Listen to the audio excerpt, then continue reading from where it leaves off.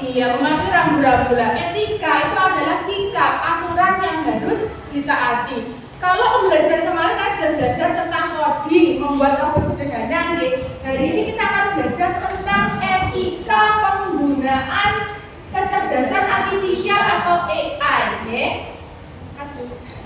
Ada etika itu apa?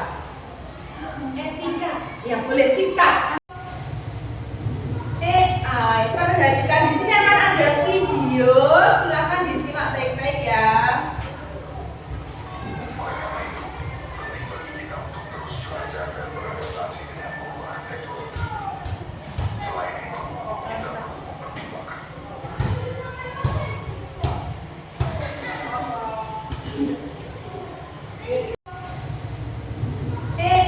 Perhatikan di sini akan ada video, silakan disimak baik-baik ya.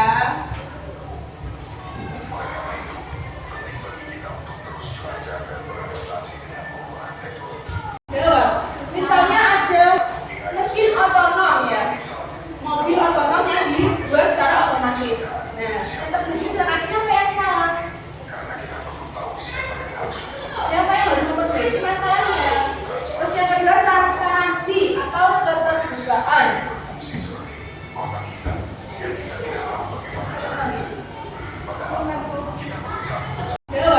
Misalnya ada mesin otonom ya, mobil otonom yang dibuat secara otomatis. Nah, yang terjadi siapa yang salah?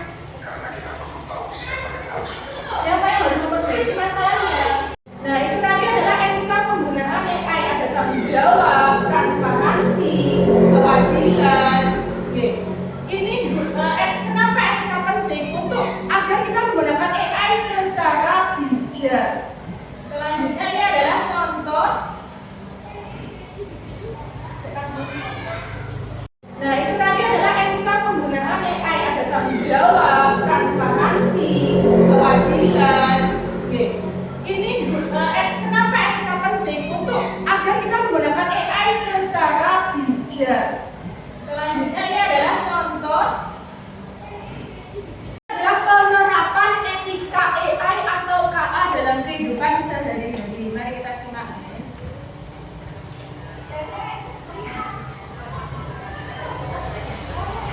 Nah, itu ada anak yang sedang memperlihatkan robot kepada neneknya.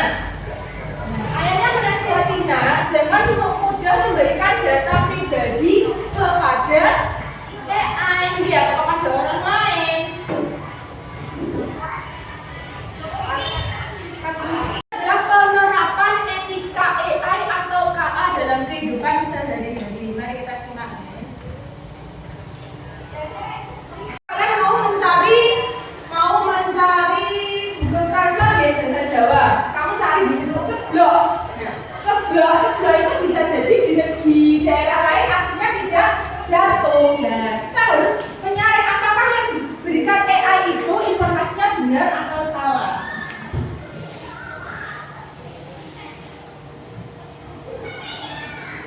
Kalian mau mencari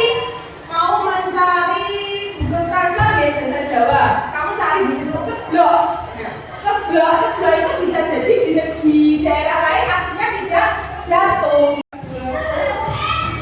Nah, anak-anak, berikut adalah panduan sederhana penggunaan KA atau AI yang sudah benar. Yang pertama, gunakan untuk hal positif. Contohnya tadi, misalnya kalian mau mencari jalan, menggunakan Google Maps atau menggunakan Google Translate, yaitu penerjemah bahasa.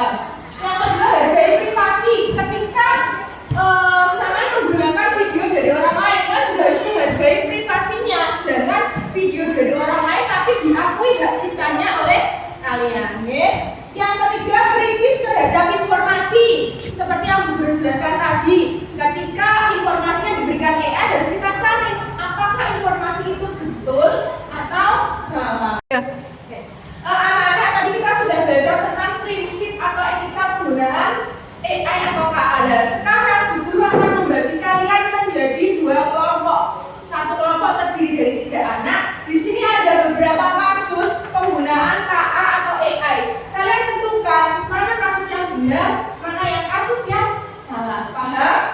Oke, silakan membentuk kelompok. Ini kasus tersebut termasuk kasus pembunuhan benar atau salah? Ya, kelompok 1, kelompok 2. Oke. Plagiarisme meniru karya orang lain itu termasuk benar atau salah? Contoh penerapan E yang benar akan salah. Tinggal diisi B, S gitu aja ya.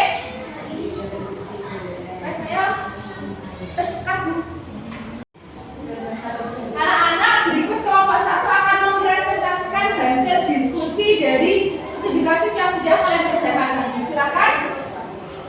1. Plagiaris meniru karya orang lain.